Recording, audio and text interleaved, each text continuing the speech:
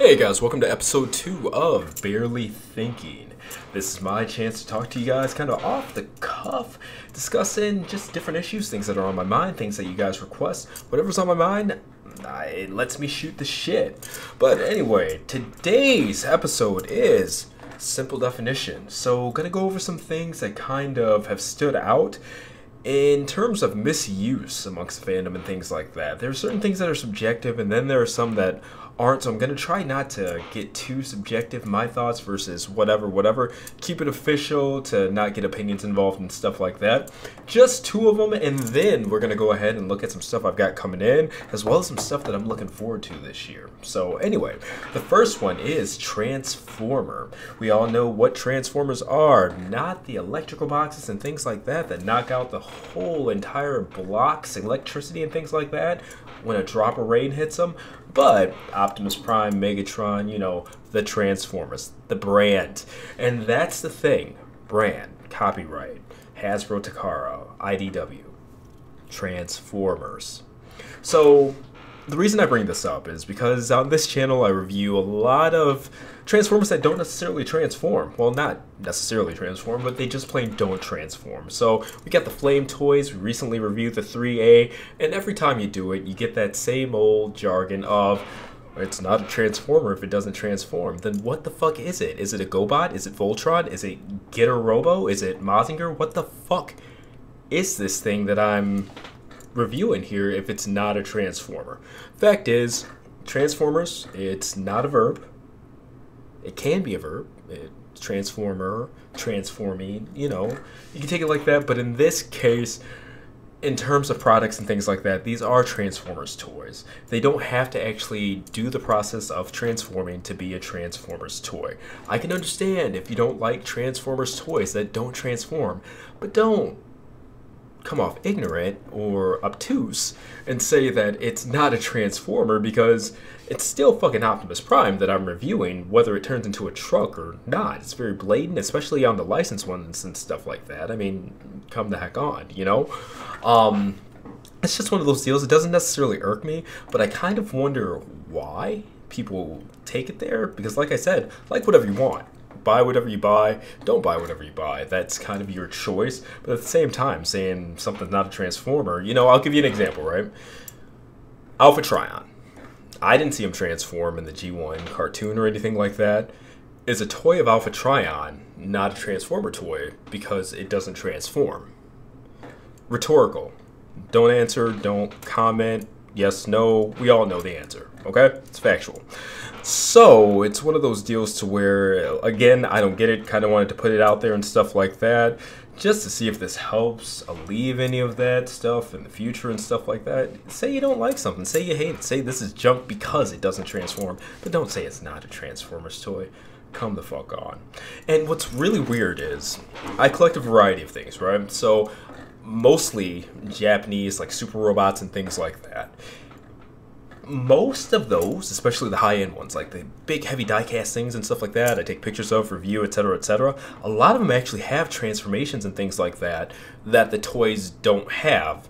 Because I guess unlike Transformers, they're not really made around toys as much as they get toys made afterwards. So there's a lot of just weird stuff that goes on that can't be duplicated in toy form unless you really take some liberties on the design of like the robot mode and stuff like that. So that's where Transformers fans actually have it really lucky that, you know, the cartoons and things like that are made in conjunction with the toys, so you get something that's aesthetically pleasing on both ends, to where a lot of other cartoons around transforming robots and stuff like that don't get that. But at the same time, you're not going to really see a Getter Robo fan take a look at a Getter 1 toy and say, this isn't Getter 1, it doesn't turn into 3 ships, what the fuck is this?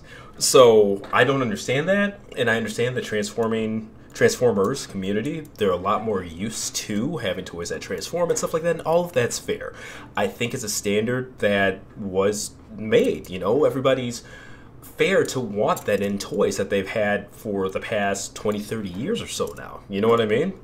You're used to it, it's what it is, but just don't say it's not a Transformer toy because it doesn't transform, even if it's not your taste. Alright, so the next one is third party versus knockoff, bootleg. This one actually, a really close friend of mine, he was talking about, it was Magic Square. They have an Optimus coming up. And he was asking questions about TF Direct. Are they safe to buy for them? Which they are. If you guys ever think about it, it takes a month to get to you, but it's going to get to you. They have awesome customer service, etc., etc. So he was going to buy the Magic Square Optimus Prime, or is, and he called it a bootleg MP44. And I asked him, you know, it wasn't an argument or anything like that, why do you call it that? And he said just because it was something coming out to compete with MP44 and stuff like that. And, you know, kind of talked to him about it, just got his perspective more than anything. I'm not going to sit there and argue with a good friend over something stupid, just like I'm not going to argue with you guys over anything. But it's good conversation and stuff. So there's a difference between a bootleg and a third party, or a third-party product is basically you're not the initial rights holder. So if you look at stuff like Flame Toys, 3A, etc., they're licensed. You'll even see things like Hasbro, Takara, and stuff like that on their boxes because they're sharing the license or whatever. And there are certain rules that apply, like you can't make it that in a transforming toy and stuff like that, and that's why a lot of them don't. But they're still licensed product, but they're made by third parties. Flame Toys is a third party. 3A, third party. You know, can't think of more off the top of my head, but just to keep this flowing and stuff like that, you get the picture. They're third party, but they're licensed. So take something like a Make Toys or something like that.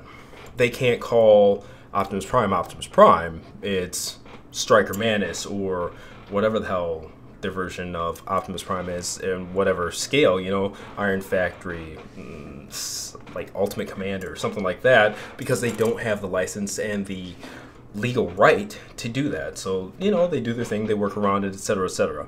Third-party toys, original designs, original engineering and stuff like that, just licensed, unlicensed. You know, third party can be both licensed and unlicensed. It's what it is. Anything that's made by somebody that's not the initial rights holder. Basically, if you have to ask for rights, you're a third party. First party, you just have them. It's your stuff.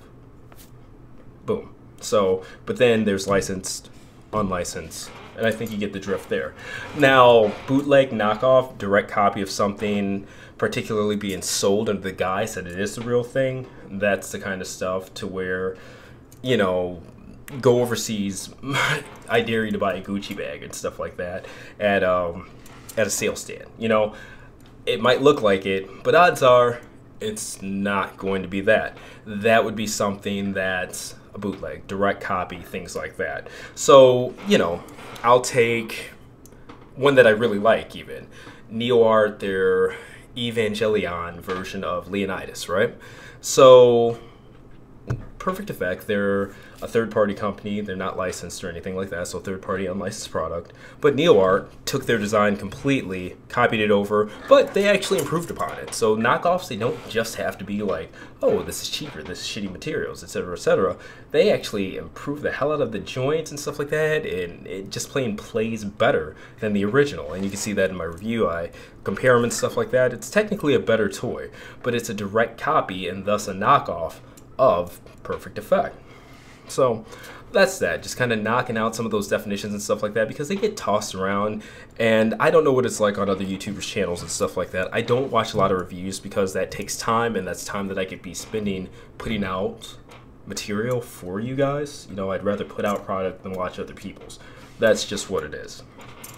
But I believe that I review a variety of products and stuff like that, and I kind of open myself up to a lot more of those comments than maybe somebody that's just strictly Hasbro Takara.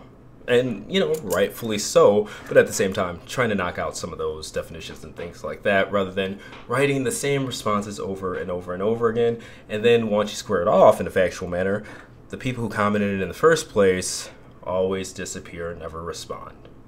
Go figure. But anyway, moving on to upcoming items and reviews, some that I have coming really soon here. I have the Bandai Chigoken DX 1/48 scale, the VF1J Macross toy. This is, well, technically it's my second licensed Macross product. Well, I have no kids concept. It's Robotech. So yeah, this will be my second one, my first big high-end one and things like that. I actually got two for an amazing price. I had to use a proxy buyer, do some auctioning and stuff like that. So backdoor, back alley shit. But that should be coming within the week and stuff. Everybody's really raved about it, and I'm excited to not only get it, but to share it with you guys too, because I've never really done anything Macross on this channel at all. So I'm excited to see what all the fuss is about, and honestly I'm hoping it's something that pushes me over the edge into getting into the actual story and lore and stuff like that of Macross, because man, it has one of the most hardcore devout fandoms out there, and it's scary, man. It's scary to you and kind of tiptoe in there and stuff like that, and a lot of people who have checked it out can agree. They're brutal. You even see it from the outside and stuff like that. It's like, I don't want to be that guy getting told off because he said something to Robotech that was Macross or something like that. So it'll be excited to get more into this period because it's a very lavish franchise that's been around for a long time. Also, I have a couple of Iron Factory products. They're Legend Scale, third-party, unlicensed, coming tomorrow. They should be. DHL said that it's delayed. It was supposed to come today, but got delayed until tomorrow, the 15th of January, Tuesday. It's their Tarn. So I don't know their name for it off the top of my head. It also has G2 Sideswipe in the box. And they said next week I should be getting a sample or two of their Megatron toy. So all three of those are exciting. Iron Factory Tarn, I've seen quite a bit of that. Other people have reviewed it, seen some pictures from like overseas people and stuff like that. G2 Sideswipe, this is coming late for me. It's actually been out at the Chosen Prime for a while now, like I think going on like a month or something like that.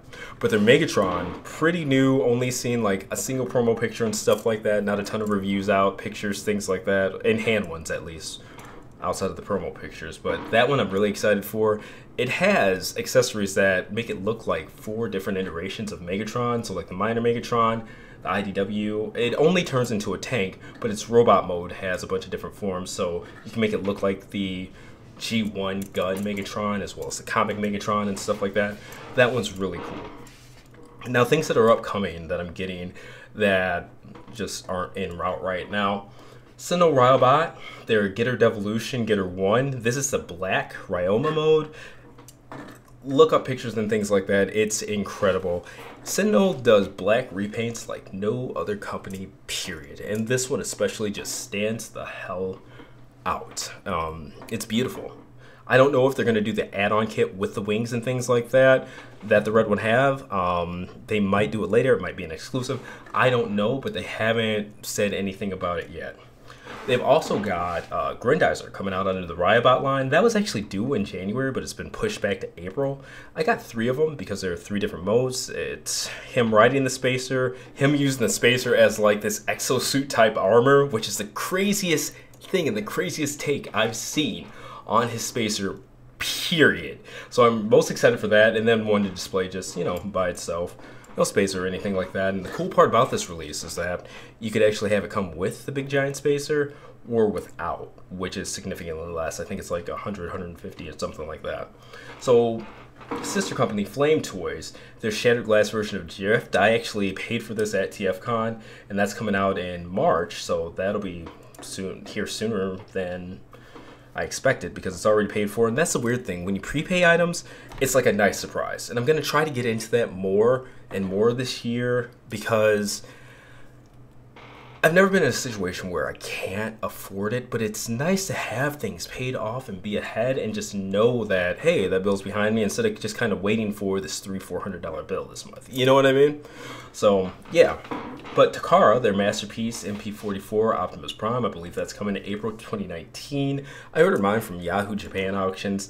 There's a lot of just rift about that and the price, and maybe that can be a separate barely thinking or something like that. No matter what, 450 bucks is not cheap. There's no arguing that. You could either afford it or you can't. I'm not going to sit here and say, you know, well, if you work hard, you're not a kid. Anybody listening to that, like, even if you are technically a kid, I believe you have common sense. You know that you work for money. You know that the more you work, the more money you get, the more that you make per hour, the more you get, or salary, whatever. It's simple math. doesn't need to be stated. I think that's kind of condescending or whatever. But, you know, for those of you that do get it, I look at it and I look at the accessories, the articulation of it, just the overall engineering and stuff like that. Looking at the price scaling that they've been going with, whether it's right or wrong, it goes in line with a lot of their recent releases and where it seems like their price ranges are going forward. Now, I will say that Amazon Japan, I pre-ordered it. It was like $308 shipped. So I'm sure that there are like shipping to US companies and things like that that play into that significant price difference. But yeah, it can be found cheaper elsewhere, so please look at some of the overseas sites and stuff like that to see if you can find it for that cheaper price before those pre-orders are gone. You know, I know it's pretty close now, they might be gone. I don't know, I haven't checked because I already pre-ordered mine. But I'm just saying that other things are out there. So, Flame Toy Star Saber, that's May of 2019. That was a tough pill to swallow because that was another one prepaid. D4 Toys shipping is no joke. They literally only offer FedEx overnight shipping, which is crazy to me, but it's better than nothing, I guess. I don't know. But I ordered it because theirs come with pre-order bonuses and stuff like that. Yes, it would be cheaper to order it from like one of the US sites and stuff, but I wanted the alternate head, the extra rifle, etc., etc. It just looks good. I'm excited to have it, and the fact that it will ship and get here in a day, that's pretty exciting too, not gonna lie. So, Mastermade, and this is the last one, their SDT-06 Caesar. That one comes out either, they're trying to get it out before the Chinese New Year, but it's going to be either February or March. And they did state that there will be a statue kit for it. They let me know that unfortunately it won't come with the brass masters or anything like that or converted so that the chest holds them. So that kind of sucks, but at the same time, it's an excellent looking piece. I'm looking forward to both that and their Power Master Optimus Prime, which I think releases like later this year, maybe summer or fall. But yeah, both of those are awesome. And if you haven't checked out Mastermade products, please do, because they're fully transformed items. They have the option of having like an SD style or a regular size head, and you know, the body stays kind of chunky and stuff like that, that super robot style, but the materials are really where it's at. Like, you literally pick up one of these things, I think the tallest one is like 7 inches or something like that. They're city bots like Omega Supreme, Fort Max, etc., etc. They weigh more than the tallest Masterpiece figures because they are just chock full of die-cast. The engineering's awesome, the quality is awesome, the aesthetic is awesome, everything about them. I think in terms of quality, they're the best third-party unlicensed Transformers products out there, period. I can't really see anybody kind of arguing me otherwise because nobody's touching them. You could say I like Masterpiece Scale better, but can you say like this toy is made of better materials, these toys are consistently as good of QC as Mastermaids? I don't think anybody can. But anyway, this has been another Barely Thinking, again, episode 2. Thank you guys for watching. I think this year started off really well. I'm really focusing on the YouTube aspect and stuff like that, while not necessarily putting the photography thing on the back burner, but it's like I look at my subscriber count and I'm not appreciating you guys enough because I put out material, or would put out material like once every 2 weeks, maybe 3 weeks, things like that, when, you know, I've got enough products to sit here and pump out reviews pretty regularly and stuff like that. So it's like, why the heck not? Why not take this YouTube thing seriously while still like honing on my craft and stuff like that, keeping the articles going on kumastyle.com, you know? It's time to take this thing seriously in 2019. But anyway, thank you guys very much for your support. Big shout outs to One Facebox and Brandon Diaz. I actually re-uploaded my 3A Transformers Last Night Bumblebee review. They pointed out that I had some misinformation about the exclusive items and things like that. I actually had looked up the information of the Dark of the Moon version of it, and I had the Last Night version of them. So obviously, misinformation there. Was able to correct it, but I wouldn't have even noticed if you guys didn't point it out. So again, thank you very much for your support in that aspect. Make sure to check out this review, like, share, subscribe, and stuff like that on YouTube. You can also check this out on iTunes or listen directly on the article at kumastyle.com. Thank you guys again for listening. See you next time.